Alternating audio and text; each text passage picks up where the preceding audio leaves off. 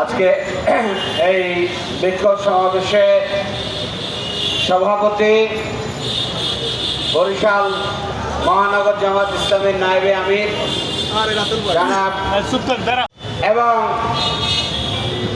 শুক্র শনি এবং বৃহস্পতিবার দিন সারা বাংলাদেশের সর্বত্র এই লক্ষ্যে বিপুলভাবে জনগণের কাছে প্রচারপত্র বিলি করা হয়েছে। ভাইরা আমার, মাত্র 42-43 দিন হলো এই নতুন সরকার গঠিত হয়েছে। একটি সরকার গঠনের জন্য জুলাই আগস্টের 5 তারিখ 24-এর হাজারো ছাত্র জনতা যুবক তারা জীবন দেয় নাই। 30,000 পঙ্গুত্ব বরণ করেন নাই, অন্ধত্ব বরণ করেন নাই। একটি পরিবর্তন আশা করেছিল।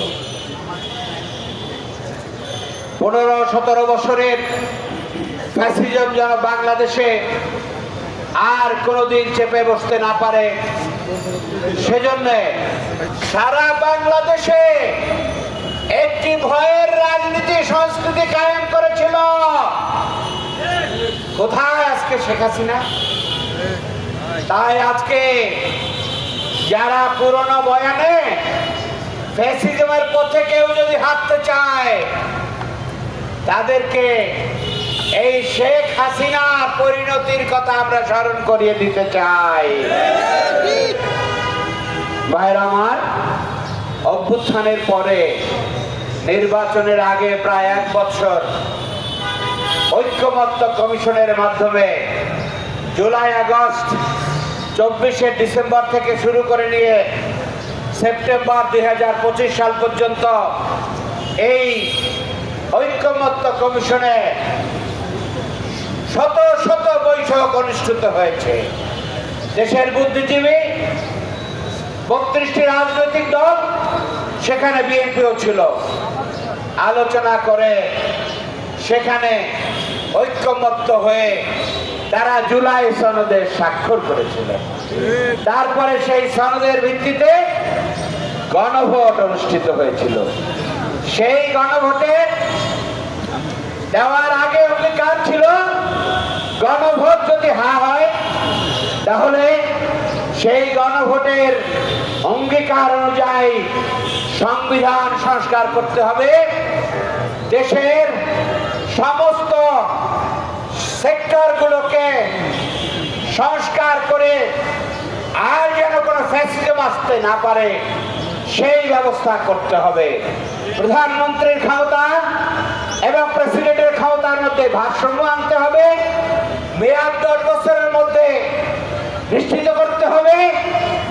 তারপরে বিভিন্ন জায়গায় নিয়োগ, এগুলোকে জনগণের পছন্দনীয় নিয়োগ যাতে হতে পারে, এক দলীয় চিন্তা চেতনার ভিত্তিতে প্রতিষ্ঠানগুলো বিচারাঙ্গন, তারপরে পিএসসি যেখান থেকে চাকরি দেওয়া হয়, এরপরে আপনার দুদক, তারপরে মানবাধিকার কমিশন সহ বিভিন্ন জায়গায় নিয়োগগুলো সরকারি বিরোধী দল বিচারাঙ্গন, দেশের নিরপেক্ষ বুদ্ধিজীবীদের সমন্বয়ে গঠিত একটি কমিটির মাধ্যমে নির্বাচিত হবে। আজকে ক্ষমতায় যাওয়ার পর এনারা ভুলে গেছেন যে এই অঙ্গীকার তারা করেছিলেন। এখন সংখ্যাগরিষ্ঠ সংসদের জোরে তারা বলছেন যে এখন এখান থেকে আমরা সিদ্ধান্ত নেব। আজকে আমরা স্মরণ করাই দিতে চাই, জুলাই গণভোটের পক্ষে 70% ভোট পড়েছে। আর আপনারা যদি সংখ্যাগরিষ্ঠতা দাবি করেন তাহলে সেখানে 50% ভোট আপনারা পেয়েছেন।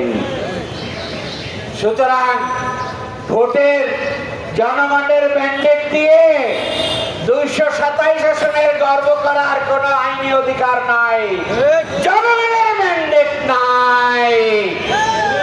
সুতরাং গণভোটের রায় এটা কোন অনুরোধ উপরোধ দয়া দাক্ষিণ্যের বিষয় নয়। সালাউদ্দিন সাহেব ভুলে যাবেন না, সেই দিন অঙ্গীকার করে আপনারা এসেছিলেন। আজকে যদি বলেন যা করেছি, এখন এক কথা আমরা আমাদের মতো করব, এই প্রতারণা জাতি বুঝবে না। জাতিকে আপনি এত বোকা ভাববেন না। আমরা তারেক রহমান সাহেব সহ আমরা বিএনপিকে বলতে চাই, 15 বছর একসাথে আমরা বিভিন্ন আন্দোলন করেছিলাম। সেই আন্দোলনে আপনারা 28শে অক্টোবর 2024 সালে আপনারা কিন্তু রাজপথে থাকতে পারেন নাই। একটি বোমায় রাজপথ শূন্য হয়ে গিয়েছিল, বোমাও নাই, দু একটি পটকাবাজি হয়েছিল মাত্র। এই ছাত্র জনতা, জামাত ইসলামী শিবির জনতা, তারা এইখানে সেই দিন ভূমিকা রেখেছিল। তারা রাজপথে আন্দোলন এখনই আমরা করতে চাইছিলাম না। তারপরেও আমরা জাতিকে, সংসদকে, বিশ্ববাসীকে আমরা জানিয়ে দিতে চাই একদলীয় শাসন শোষণের পরিণতি কি হয়েছিল। আর এই 42-45 দিনের মধ্যেও আপনারা আর এক মাগুরা বগুড়ায় তৈরি করেছেন। আপনারা শেরপুরে আর এক মাগুরা তৈরি করেছেন। সেখানে খুন করে জনগণের রায় আপনারা ছিনিয়ে দিয়েছেন। আপনারা কি মনে করেছেন এইভাবে আপনারা বাংলাদেশের ক্ষমতায় টিকে থেকে জনগণকে ফ্যাসিজমের কায়দায় আপনারা শাসন শোষণ করবেন? তা কিন্তু হবে না।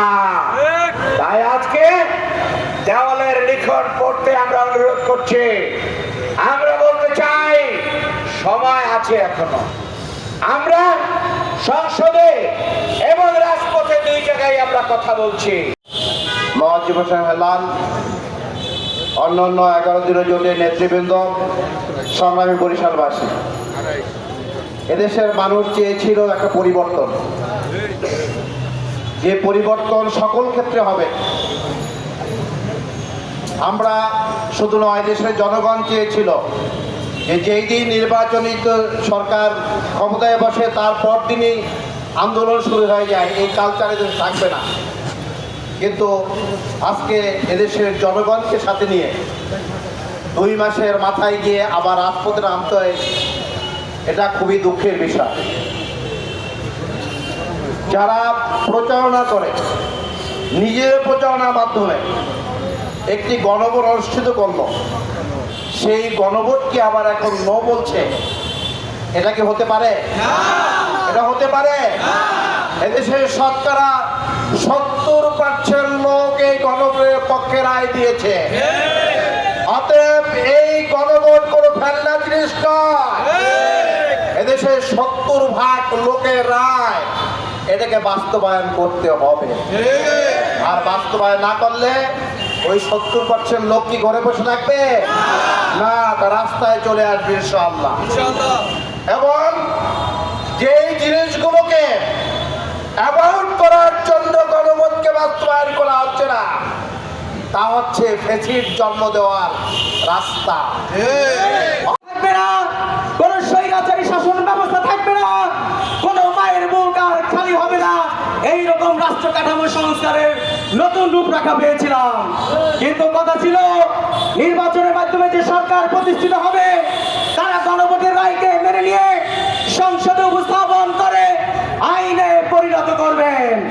কিন্তু খুবই দুঃখ এবং পরিতাপের বিষয়, যারা দীর্ঘ 17 বছর ওই ধান খেতে নিপাতিত করতে হয়েছিল, যাদের রাত কাটাতে হয়েছিল, জেল জুলুম হামলা মামলার শিকার হয়েছিল, মজলুম ছিল, জালিমের জুলুমের শিকার হয়েছিল, তারা আজকে সেই গণরায়কে অস্বীকার করতেছে। সংগ্রামী সাথী ও বন্ধুগণ, আমার নেতা হাসনাত আব্দুল্লাহ বলেছেন, গান পার হলে তুমি কোন দুলা ভাই। এই যদি হয় সরকার দলের অবস্থা,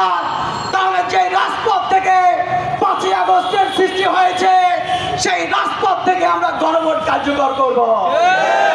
আমরা বিএনপির বন্ধুদেরকে জানাতে চাই, আপনারা সরকারে আছেন ভালো কথা, গণভোট 70% মানুষের যে ম্যান্ডেট, এই ম্যান্ডেটকে যদি আপনারা প্রতারিত করেন, এই মানুষের সাথে যদি বেঈমানি করেন, তাহলে ওই আওয়ামী লীগের পরিণতি আপনাদের বরণ করতে হবে। যেভাবে আওয়ামী লীগ আজ বাংলাদেশের নিষিদ্ধ হয়েছে গণমানুষের বিপক্ষে যাওয়ার কারণে, আপনারা সেই একইভাবে 70% মানুষের গণভোটকে অস্বীকার করলে আপনাদের কিন্তু মামুবাড়ি যাওয়ার সুযোগ থাকবে না।